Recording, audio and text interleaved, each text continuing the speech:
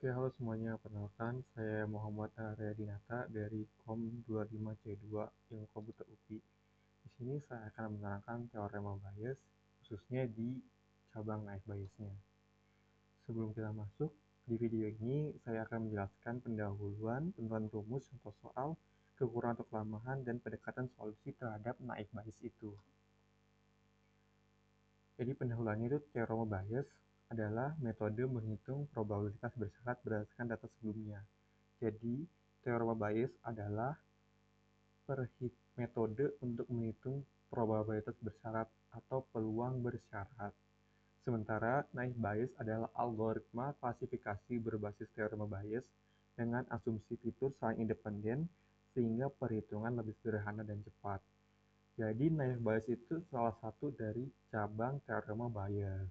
Nah, asumsi fitur saling independen itu maksudnya kelas yang ada di naive Bayes tidak berkaitan dengan kelas yang lainnya, sehingga perhitungannya memang lebih cepat dan sederhana. Nah, ini penurunan rumusnya dari peluang bersyarat ke teorema Bayes, lalu ke naive Bayes. Contoh soal pertama. Contoh soalnya adalah mencari peluang membeli komputer dengan parameter kelas yang sudah diberikan ini. Jadi, kelas A1 itu dia minta umur, tapi yang youth aja. A2 income yang medium aja, begitu terus. Nah, karena kita mencari membeli komputer, berarti kita cari di yang base komputernya datanya. Jadi kita pisahkan berdasarkan ini. Karena sih cuma ada dua, no dan yes, berarti nanti juga ada dua keluarannya peluang no sama peluang yes untuk membeli komputer. Pertama ini kita cari yang yes dulu. Untuk kelas youth, medium, student, dan credit itu peluangnya begini. Jadi kita cari yang youth, yang yes-nya aja di sini berapa? Nanti kita tulis di sini 2/9. Jadi total peluang yang yes itu adalah 0,028.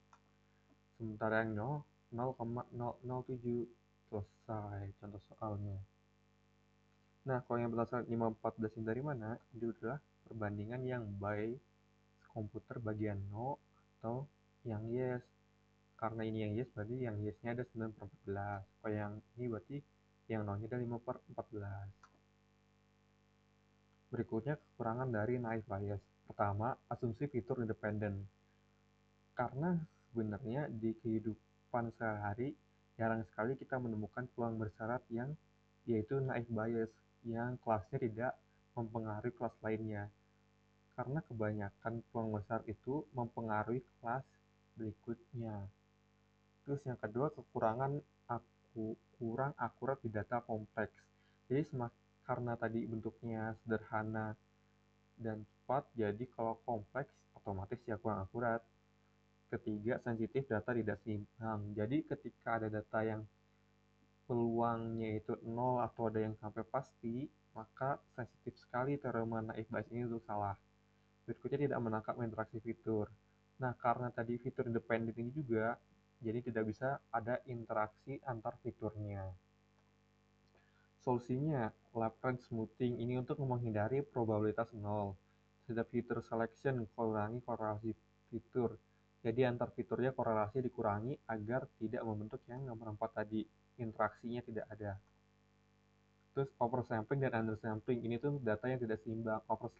Oversampling untuk menambahkan ke data minoritas, undersampling untuk mengurangi data yang mayoritas.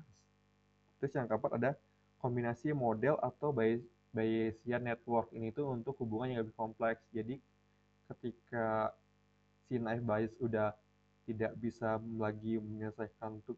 lagi digunakan untuk menyelesaikan tugas, maka sebaiknya kita beralih ke kombinasi model Bayesian network atau yang lainnya yang lebih sesuai dan lebih cocok untuk digunakan. Sekian mungkin video dari saya. Terima kasih sudah menyimak. Saya Muhammad Arya dari KOM 25C2. Terima kasih.